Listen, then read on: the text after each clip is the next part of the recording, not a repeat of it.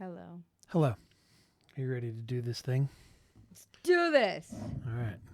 Oh my God, let's do this. Yeah, ready for this? Welcome to A Spirited Life. I'm Mark. I'm Christine. This week we will be recapping a whiskey meetup that we went to, which is an example of kind of things that we have done to live a spirited life. We'll also be talking about one of the whiskeys that we picked up while we were out traveling and what brought joy to our spirits this week.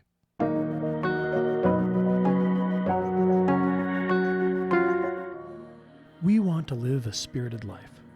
We're documenting our journey towards financial independence while balancing that with living in the present and enjoying our time in the journey.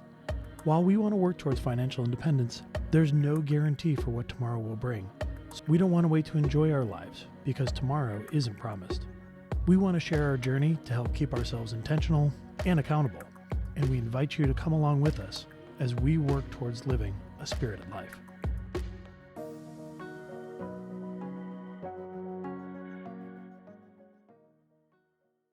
So our whiskey this week actually comes to us from the state of Florida, which is where we were visiting. And one of the things that we like to do when we do travel is we do like to look for bourbons and whiskeys that we can't normally get here in the state of Ohio. And Tumbling Dice, this is a 6-year pick that was associated with one of the stores that we stopped at. Tumbling Dice is not typically available in the state of Ohio, so it was nice to be able to go ahead and pick this up. This is 117.66 proof. This comes to us from MGP, so it's actually an MGP bottle, and this is their 36% rye. This was a part of a barrel pick that was done by a group called Proof and Wood. So we'll be opening this up and we'll be giving it a taste, and we'll do some notes along the way instead of... It'll be a big surprise for us all. Exactly. This will be something that we'll get into. We generally like the different MGPs. We're probably going to have to edit this. I have an image of your arm sliding and smacking that glass. What they don't show you behind the scenes. You got to warm it up? Warm it up, Chris. I'm about to warm it up, Chris. That's what Isn't I was it born pump it to up? do. Was it warm it up? Yeah, I thought it was warm it up, Chris. All right. And we're back. After applying a little bit of a coercive technique that we like to call a knife to the wax, we're now able to get this open. Okay. On the nose. That is funky. Yeah. So this says that it was barreled in March 2016 and bottled in 2022. And one of the things with Tumbling Dice you can tell this is a 6-year because the dice actually have a 6 on it. Oh, that's just marketing genius right there. Yeah, isn't that fancy? I got food in here. Yeah, this is a fresh crack. So, yeah, it may open up a little bit if you're a believer in such a thing. I'm a believer. The nose on this has a bit of a funk to it. Not sure how to explain it. Yeah, I'm not sure how either. Oh, there's methanol right there. The best way I could describe it is feet. Okay, gosh, thank goodness I am not getting that smell. Maybe it's this glass. I don't know. Because I'm getting feet. Do you want to smell that? Please, let me smell that feet. No, I just want to see if... Oh, no, maybe you do have the vid.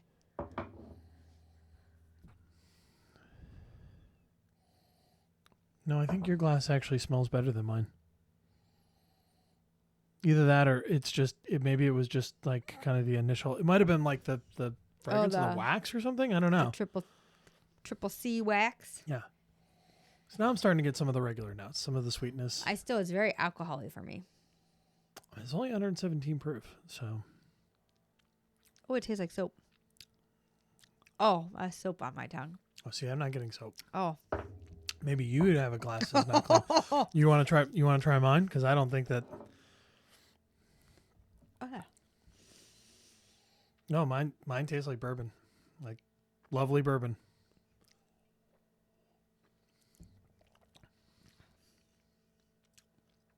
No, I'm still getting the soap taste.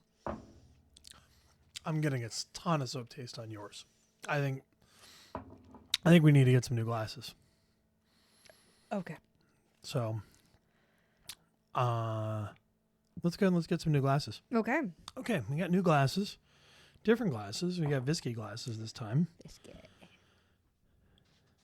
Let's see if it's any different.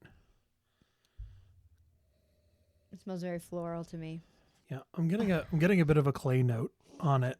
I'm getting an old lady perfume note. You're getting an old lady perfume note. This is not Weller 107. It wouldn't be considered a funeral. No, it's... Yeah. The clay okay, note, I could kind of get a clay. I could get a minerally, but it has like a florally-ness to it for me. it's like florist's clay. If you're familiar with what that is, You yeah. know, you stick little flowers in? Mm-hmm. Exactly. All right. Okay. Let's give this a taste and let's see if this is any better out of these glasses. Okay. Much better. Mine is. I'm not getting Yeah, any. I have I'm not getting any soapiness or anything like that. This is just very delicious 6-year MGP rye. I'm getting soap on the back end. That's weird. With a tang. But it's not like what that was. Yeah. No, I'm not. I wonder if you're just getting a residual because I'm not getting that at all. A little bit of spice on it. Pretty enjoyable overall. I think we picked this particular one up for $65, which is pretty reasonable. I mean, for a 6-year, that falls about the $10 per year mark, and it's barrel proof and everything like that. So, again, the first time we've ever had one of these Tumbling Dice. I've heard good things from other people about the various different picks that they've done. Anything else you would add from? I'm dealing with heartburn and hiccups right now. Okay. Otherwise, I would just say that, the many of the kind of the quintessential notes that you might normally get, some spiciness in terms of some baking spices, nice and enjoyable. The wood is definitely present, but not off-putting. I would say a short to a medium finish on this altogether. Doesn't linger too long. No, I am getting that spiciness now. There's still something underneath that is just hitting me in a weird way. I don't know what exactly it is. That's why I don't know if I'm saying soap or floral or something. Maybe I just don't have the ability to decipher what it is right now. Yeah, I'm getting like a gardeny, florally. Ooh, gardeny I think is a fair way to put it. Maybe that's more what it is for me. It's a gardeny, but I am associating it with florally. But there's something to it that I'm just having trouble breaking down. So when you said that, here's how I would describe it. What I would say is this, a little bit on the palate, reminds me of some vegetal notes that you might get when you're walking through a garden or something like that, somewhere outdoorsy.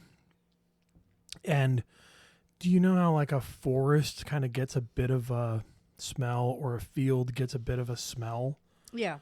And it's hard to describe. Like, vegetal's probably a little bit too vague, but it's more like it's the smell of being outdoors. So overall, I think a pretty decent find. And I think for our first go around with the Tumbling Dice, it's nice. It's good. It's nothing special or super fancy or anything like that, but I think we'll probably enjoy the bottle. And this came to us again as a result of going out and exploring and living a spirited life as a part of going out to a whiskey meetup. And we're going to talk about a little bit about that next. So let's talk a little bit about a whiskey meetup. Some people who are listening to this, they may not know anything about what that even is, or why people do them, what they're like. Tell me how you would describe that. If someone just asked you, you said, "Hey, I went to a whiskey meetup," and someone said, "Oh, what's that?" So for me, it's just a bunch of people who met through online whiskey things, meeting up and hanging out. Well, there is whiskey, but whiskey is not the majority aspect of it. So the whiskey meetup is pretty much comparable to anyone else that has a hobby, where you know people throughout the country, the world, and you get together every so often to share whatever the hobby is. It is whiskey in this case, and just hang out with friends. Yeah, I would kind of liken it to, you hear about like anime conventions or other types of conferences or things like that where people get together around a particular topic and they get together to spend time with people who they know in their community that's oriented around that hobby. And they get an opportunity to talk and share their experiences and everything like that. And so if I think of this really is no different than those other types of communities. It's just we're just getting together around whiskey as opposed to getting together around cosplay or anime or Legos or whatever other conventions, FinCon, for example, things like that. Initially, the first one that we heard about was Pours in the Park. Yep. And that was the first one that we went to. And I said, hey, we're going to go to this event. And I went, okay. Yeah. And initially you were meh. I was meh. The idea of going somewhere where there were samples of alcohol and majority of dudes did not seem like the most fun idea for me. Yeah. But this was another example of Mark going, hey, we're going to go try and do something. Like, this sounds like fun. Let's go do it. And you were willing to go along. Yes. And you were willing to say, okay, we'll give it a shot. Give it a try. Yeah. And then what happened? Oh my gosh, it was so much fun. It was a blast. It was meeting people that, it was quote unquote meeting people that I've interacted with online, YouTube, whatever. And it was just like a whole bunch of old friends getting together and hanging out. And because majority of the people were there for the geekiness of the whiskey, the smelling, the nose note, and because the majority of the people were there for the geekiness of the whiskey, the nosing notes and the palate and talking to distillers, it wasn't about pounding it back and getting wasted. It was about the appreciation of it.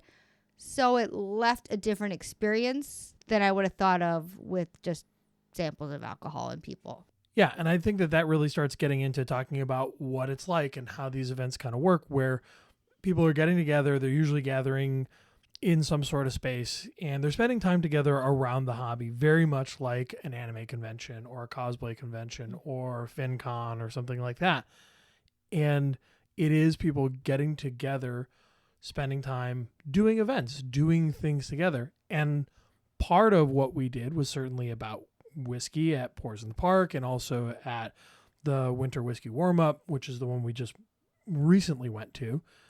But a lot of it is actually just about sitting there and getting an opportunity, like you said, to meet with people face to face in the community and talk and share an experience together. Mm-hmm. And that is where it's significantly different than maybe what you're doing online, where you're participating through YouTube or where you're participating in forums or on Facebook or things like that. It's a different type of interaction. And even if you're doing like a live event or something like that on YouTube where you're streaming, or on Twitch if you're streaming, that's still different than getting together and doing it live. One of the things that stands out to me with Pours in the Park and also with the Winter Whiskey Warmup was sitting around having conversations with different people and talking about a variety of different things beyond even just the whiskey. It's a chance to connect with each other in person in different ways than maybe we normally would. And it creates that opportunity to connect with people. Pours in the Park, the pool is often the place where people are able to come gather and they're able to come sit down and spend a few minutes and talk to each other and have a good time together and maybe have a drink together and talk a little bit about it. But it is just an opportunity to spend a little bit of time communing, as it were. Yeah, but not only are we able to hang out with people, but we tend to do it in different cities. So we're able to have that travel opportunity, which then opens up a wide variety of travel and exploring experiences. Yeah, and one of the other things that we get to do is, as we talked about earlier in the show, we get an opportunity to check out the different locales, including some of the different opportunities for bourbon buying and whiskey buying, and we get an opportunity to potentially bring some other things home that we wouldn't normally be able to get. We also get the opportunity to see these other places that maybe we wouldn't normally go to. And thinking about our most recent Winter Whiskey Warmup that we went to, St. Augustine was new for us. We had never been to St. Augustine before. It's not that it wasn't interesting, but when we've gone to Florida, we've typically gone to other places. And so that presented the opportunity for us to visit somewhere else that was new to us and get those new experiences and really check out the city. So let's talk a little bit about Winter Whiskey Warmup and our particular experience there. Okay. Well, first of all, it was enticing for us because we live in the north and it was in Florida in February. So, and this was set up by Whiskey Encore. So thank you to Cheech Ardolino and Jen Ardolino for setting this up and hosting this for us. If you're looking to know more about Cheech and his channel, go check out Whiskey Encore on YouTube.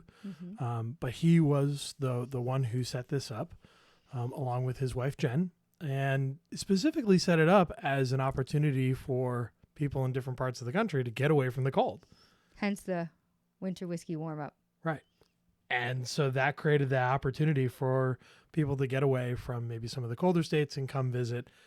And the way that Cheech had talked about the Whiskey Winter Warmup was he really does want it to be a community event where people are coming together to hang out, spend some time together, and just chill and have a couple drinks and have a good time.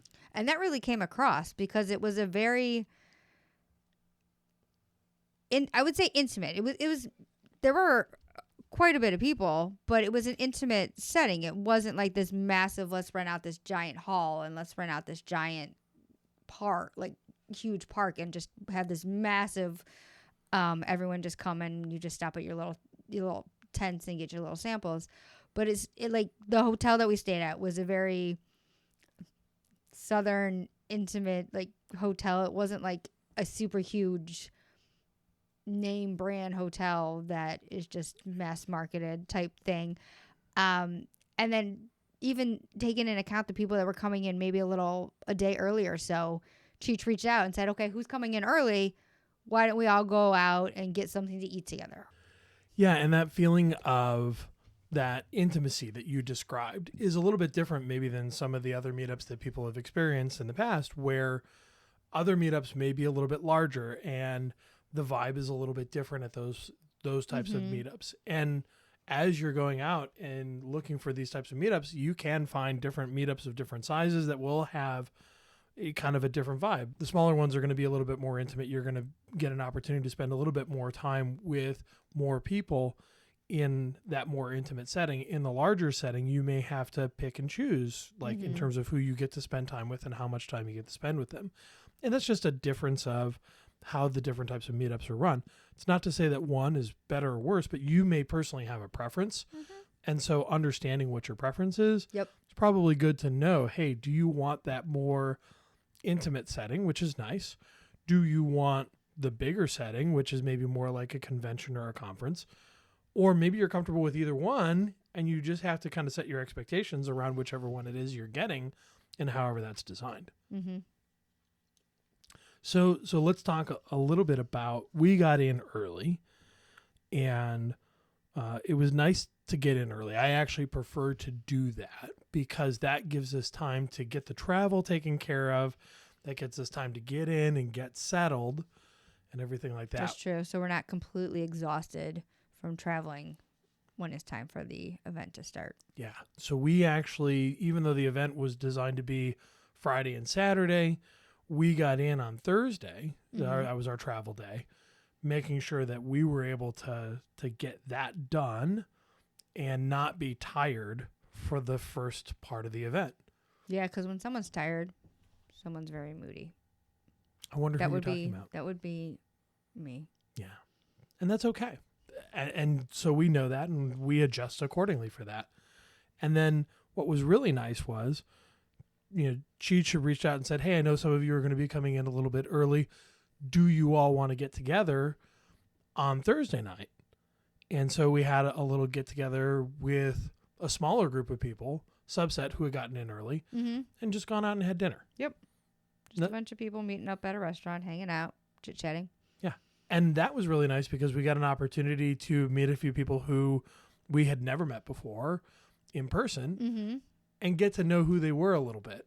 Yeah, it was easier to have those longer, in-depth conversations in that restaurant setting than if we were to be meeting them at the event where there's many other people and different things going on.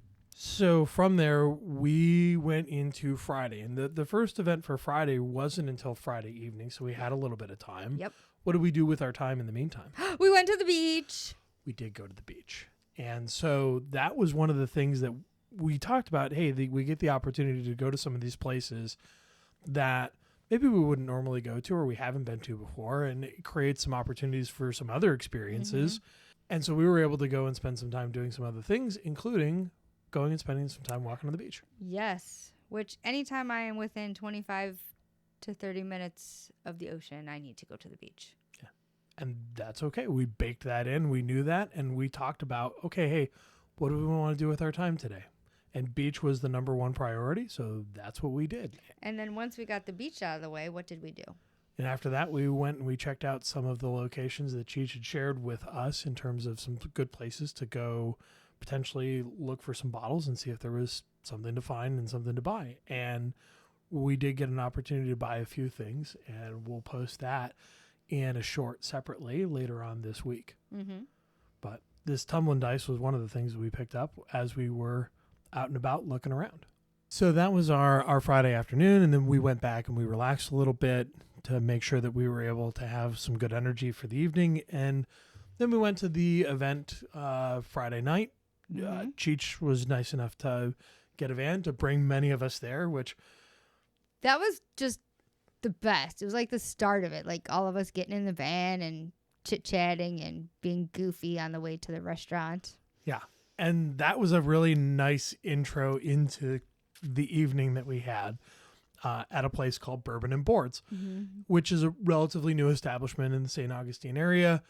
They are whiskey focused. They also have a variety of nice food, and they have live music. One of the hallmarks that they actually have is that they actually have a baby grand piano. And if you're going to have a baby grand piano, as Cheech said, you're going to use it. You're going to use it. You're going to be having some music. And so there was live music that evening, as well as a nice area set up for us in the back where we were able to get together and do a meet and greet with everybody, have some nice cocktails, have some nice pours, have some nice light fare in terms of charcuterie and some pastries. Yep. And all of that was really enjoyable. What was your experience like with that? I think it was amazing. I think it was a cute little bar in like the square of St. Augustine, which just is like the oldest city in the country. So that just in itself had its own vibe. I like how it was set up. It was set up in the back with a table with the food on it, and people could sit around the table. There was a sitting area, so we weren't separated from the rest of the patrons, but we were in enough of an area that we were all still together without feeling like we were intermingling too much with like the patrons that were coming just to sit down and eat and hang out. Super kudos to Cheech and Bourbon on Boards. Cheech asked if anyone had any food allergies or anything like that, and I have just a wonderful food intolerance of garlic and onion, which is just ridiculous because it's in everything, and I don't expect anyone to make any accommodations for that because it's so difficult. But Cheech talked with them, and they put together like their own charcuterie plate that had no onion or garlic in it, so that I was able to still partake in everything and not just usually be like, here's a piece of meat and here's some bread. Help yourself. So I think I was blown away just with that touch, because that's not something that is usually thought of unless it's one of those you're going to die if you are around this type of food. So just being able to have that intolerance and just that accommodation, I think that just kind of highlighted to me the thoughtfulness and the intention of the meetup. Yeah. And I think that really showed a bit of how that was a bit on the more intimate side of things, and how, to your point, how accommodating they were in terms of being able to say, hey, we're going to make this adjustment for you. And by the way, this is specifically for you. That was really nice of Cheech and of Bourbon and Boards to be able to do that. Well, I did have to share it, but yeah. But it was no. Nonetheless, yeah, it was it was my food issue was taken into consideration and was set up, so I did not have to worry about it when I decided to go eat something. Yeah. So Cheech had selected a few bottles for us to have some special pours from, and were specifically for the Friday meet and greet. One of those was a Van Winkle Lot B, which was very nice. It was nice to get the opportunity to try that. He also had a couple other bottles as well. Yeah, the E.H. Taylor Rye, and then the Red Spot. Yeah. And so for many people, that was their first opportunity to try at least one of those bottles, and in some cases, all three of those bottles. Amongst those, what was your favorite? It's a mix between the Red Spot and the E.H. Taylor Rye. One, because rye is my love language. But the Red Spot was very smooth and very complex. Yeah, I was excited to get the opportunity to try the Lot B because I have never had it before. And it was fine. But I would say of my favorite pours of the evening, it was probably third out of three. I would say the E.H. Taylor Rye was probably my number one in terms of flavor, complexity, enjoyment, everything like that. The Red Spot was easily second. And the Lot B, while I appreciate it, it just did not have the same depth and characteristics and the amount of flavor and the amount of finish that I got on the other two. It was a hard lineup to fight against. Absolutely. And Cheech did a really great job of selecting some really nice pours for us. So, again, thank you, Cheech, for giving us the opportunity to have that experience because they were really great. Yes. And part of that was just the enjoyment of sharing those bottles. It wasn't like, ooh, these are special bottles, have a tiny pour. We did have a bartender there she was awesome, pouring it out, measuring out. But it wasn't so much of, okay, you had your one pour, move along. It was more just sharing and enjoying and talking about it and just that camaraderie around the whiskey and the enjoyment of the whiskey, but then that led to the different conversations and the different laughs throughout the night. Yeah, and I think that mindset even translated into the experience that we had with the different servers who were there with us. And really that was emblematic of what we talked about earlier with how Cheech had set this up and really what he wanted to emphasize in terms of experience and community, because he invited all of the staff to come and share the bottles with us, which I thought was awesome to be able to give them that experience too, and for them to be able to have some of that. So I think that covers everything about Friday night. And then we headed back to the hotel. I learned that it's not that hard to find the Fountain of Youth because it is in neon signs. That's true. It's true. Ponce de Leon, I don't know what your problem was. I don't know why you guys had such a hard time trying to find this. This is a bright neon sign that says Fountain of Youth. Like, come on, guys. Seriously, get with it. Learn to read. Okay? I mean, it was in English and not Spanish. Oh, you're right. That could have been it. He'd be like, why is this in English? And what does it say? Yeah, that probably threw them off. That is true. Yeah. That does make a lot of sense now. Yeah. So that was everything for Friday night. And we went back to the hotel and had a fun ride on the way back. Safe, of course, because we were being chauffeured, which was excellent. And, able to get some good sleep that night and wake up to have our event for Saturday. So Saturday was a lineup of a variety of things for us to go through, starting with the distillery tour. Yeah, we went to St. Augustine Distillery. It's a cute little distillery, really tiny. It had self-guided tours. You stopped at different stations. They explained the drink, whether it was their product or a mixed beverage that they use their product in. And you kind of walk through, and it was in a older building. I wish I would have remembered this history of the building. It was an ice building.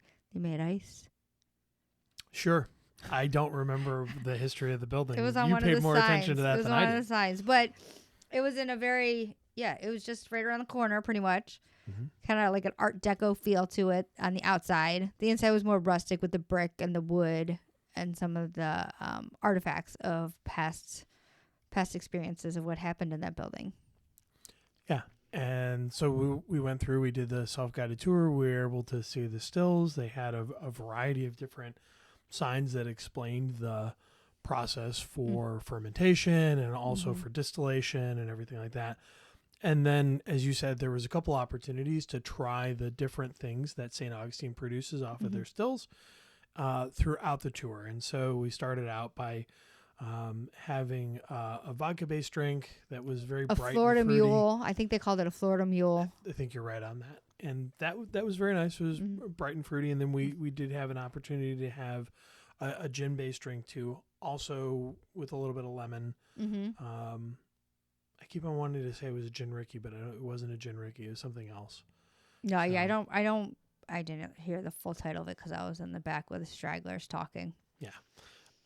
But again, enjoyable. And then an opportunity to try a couple of their different bourbons in their tasting room / gift shop area. And overall, an enjoyable experience to go through and see how a small local distillery produces their product and get an opportunity to try a couple of those things. So we came back and, lunch was getting set up and ready for us. And that was something that I appreciated was we were coming back to that main site and pretty much going to be spending most of our time at that main site. And when we were traveling out, we weren't traveling too far. It was just a couple minutes of travel to each one of the different locations that we went to otherwise. But they had procured some barbecue for us, which was enjoyable. What was your favorite part of the barbecue? The food or the activities? Oh, well, I just want to talk about the food first, then we'll talk about the activities. Oh, macaroni and cheese. Oh, okay. I'm not a barbecue girl. Okay. I thought you might have said Jen's cookies because they're the best. I mean, yeah. Jen's cookies, they're like a hot commodity. I mean, they really are. There's nothing like taking pictures of them and sending them to your other friends. And then being jealous and being like, oh, There's man. a whole box full of Jen's cookies and you're not here. That's right. And then from there, we had a couple other activities that we did. Yeah, it was a lot of fun. We were outside. There's a huge lawn, grassy area right next to the hotel. They set up a big tent so you could be in. And so all us people who weren't used to seeing such bright sun in February could be in the shade. They did a bottle cork guess. Count the numbers of corks in this big jar, and then you win the bottle in the middle. Then we also played cornhole, which was a blast.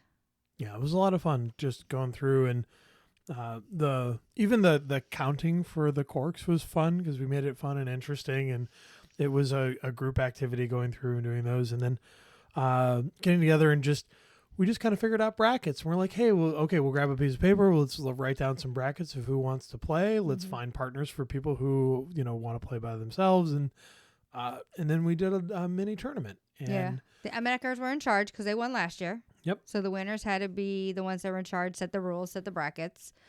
We learned about different ways to throw. We learned my method of having a beverage in your hand. It doesn't even have to be alcoholic, but a beverage in your hand helps balance you out for throwing. Yep. We were consistently good at getting ahead and then choking. So we did pretty well in the first two rounds, and we were able to make it through into the top four. However, we got out ahead in our one game, and then we just couldn't close it. And then when we were playing for the loser bracket for third and fourth, we did the same thing. We got out ahead. We were doing really well, and then just couldn't finish it. Couldn't close it out. Yep. So we ended up coming in fourth, and that's okay. So while we were doing that, people were conversing, they were talking, having a good time, getting an opportunity to just talk about whatever, whether it was whiskey or whether it was, other topics, things like that. Yeah, it was fun. It was just a whole bunch of people hanging out at a barbecue. Yeah. And we, of course, had a few drinks responsibly and things like that. And again, it was nice because we were right at the same location, so there was no driving necessary or anything along those lines. From there, we took a little bit of a break, and then we had a bottle share later on in the evening. And again, it was an opportunity for people to bring things that they wanted other people to try that were a part of their collection or something that they had. Again, more opportunity to converse and talk about the different experiences that we've had with whiskey or even other topics around that. And I would say we talked a little bit about the whiskey, but in a lot of cases, it was just having conversations with people. And, just getting an opportunity to sit down and... Whiskey is the catalyst for getting everyone together, but it's not the sole focus of what we've done over the Whiskey Winter Warmup. Yeah, and so Cheech had a little experience for us to go through, a little event for us to do in the evening as well. He had 3 different pours that we were going to go through and do, and he had us do a variety of different aspects of that blind in terms of being able to determine some of the aspects around those whiskeys. Yeah, in this game we had to figure out the type, whether it's bourbon, rye, or something else, finished, not finished, proof, year, bottle guess, and then add it all up to see who won. Yeah, and it was interesting to go through and do that completely blind because these are things that we've had before and just didn't even recognize them. And man, my palate must have been off a little bit because I thought the one that was finished was not finished. I thought the one that was not finished was finished and everything like that. So, and your control pour. And my control pour was the first thing. So I was drinking Early Times Bottled and Bond as my control pour. And that was the first thing that we were drinking. And I, for a moment, said to myself, oh yeah, this sample is also Early Times Bottled and Bond. I'm like, no, it's because I'm drinking that as my control pour. So it must be influencing me. Nope. No. Would have totally got a headshot on the bottle guess if I would have actually followed my instinct on that one. You live, you learn. Yeah. So of all the things that you did try there in the evening, what do you think was your favorite pour? What did you enjoy the most? It's hard to say because there's different aspects I went for. So there was an Old Carter Rye, which that's my unicorn bottle. Like one day I will find it and be able to afford one. So there was an Old Carter Rye there, which of course I had to taste because I've loved all the other ones I had. Then the Saz 18, just being able to sit down and share an 18-year-old Sazerac, like just having that moment, like you're never going to really have this opportunity again. And it was really good. So those are the 2 that like stick out in my head for 2 different reasons. Mm-hmm. But I can't compare them. I can't say one would be better than the other. It's 2 completely different experiences. Yeah, I think the Saz 18 was a unique experience. Mm-hmm. And that particular bottle, which was from like 2006 or 2008, was a particularly good experience for sure. Mm-hmm. There was definitely some other ones. The Old Carter was enjoyable. The Jack Daniel's 12 was great experience. Mm-hmm. There was a Willet Purple Top that was also great in terms of getting an opportunity to try that as well. And just getting an opportunity to try the various different whiskeys, maybe that you wouldn't normally see or that you wouldn't normally have the opportunity to try, was really great. There's another special moment that we had. And Christine, do you want to talk for a minute about what that was? Yeah, I think for me, I mean, it sticks out, one, because it was emotional. Two, for me, it highlights what the whiskey community is like. One of our whiskey friends, his mother recently passed away in November.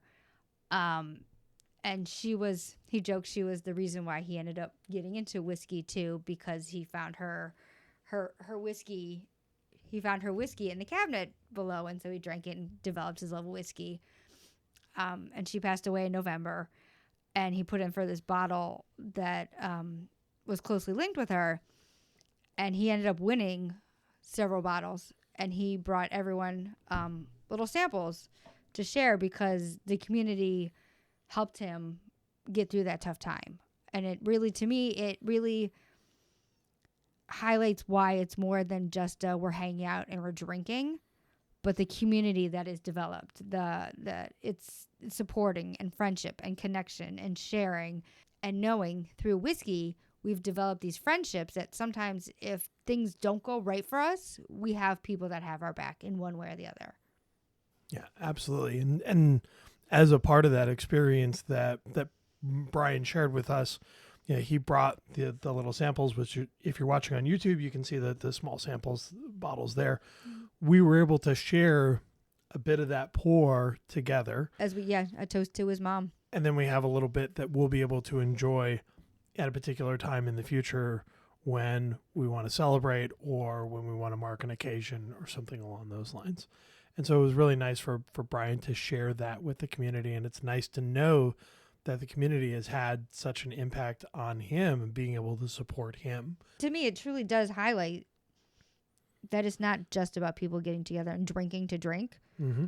but it's a catalyst for forming a community. And one from helping Brian through his mom passing away, health issues, to Shay after she got robbed, you know, all these situations that people found themselves down on their luck, that the community like rose way above and beyond anything expected to help everyone get through whatever they were going through. So that pretty much wraps up talking about Saturday night and the bottle share. On Sunday, not an official part of the event, but an opportunity for us to spend a little bit of time together for those who are still in town. We went out and got lunch together and had a little bit more conversation, spent a little bit more time together. We then also had an opportunity that morning to go check out a little bit of St. Augustine, which was nice. So we were able to see a little bit more of the city, and specifically the fort that was down there, the Magellan boat that was down there as well. Was there a particular thing that stood out to you when we went to go check out the downtown a little bit and see some of the history there? Well, I love history, and I love things that are really old. So being able to see the original gates to the city still standing and being able to touch it, because I like to touch things that are old. I don't know why. I have a problem. Yeah, you really do like getting the opportunity to just touch things that are old, which, hey, that's your jam. That's cool. But think about it. Like, my hand touched something that, just think about all the things that thing has seen or has touched. I touched something that has seen hundreds of years go by. Yeah, no judgment. Like, that's your thing. That's fine. No kink shame. Yeah, no king shame on that. So yeah, so we were able to get out, spend a little bit of time checking out the city. We got an opportunity to spend one last time with our friends, and then we came home. Mm-hmm. I think overall we had a really great time, and again, we look forward to being able to go back and experience this in the future, assuming that Cheech is going to be doing this next year, which he's already said that he is. So looking forward to that. So I think it really just reinforces for us how much we enjoy trying to get out, live a little bit more spirited life, enjoy our life, enjoy our hobbies, and connecting with people who also enjoy those hobbies and getting a little bit of time to enjoy that together. Yeah, and I know we have a few more of these meetups planned, and it really reinforces to me how much fun it is, and it gets me something to look forward to. So every episode we'd like to take a few minutes just to reflect on what filled our spirits this week. I'm pretty sure I know what yours is because I know what mine is, but what was the thing that filled your spirit this week? Well, I'm going to take a little twist. Okay. So the whiskey meetup was awesome, amazing, huge thing. We just spent a whole bunch of time talking about it. So yes, that did fill my spirit. But then I like to look for the little things that like make me giggle and things I wouldn't normally see. So on our way home, we had a layover in DC. On our flight back, it was the end of the Super Bowl. We were on the plane, and we were towards the back of the plane, and it had a local college's basketball team, the men's and the women's basketball team.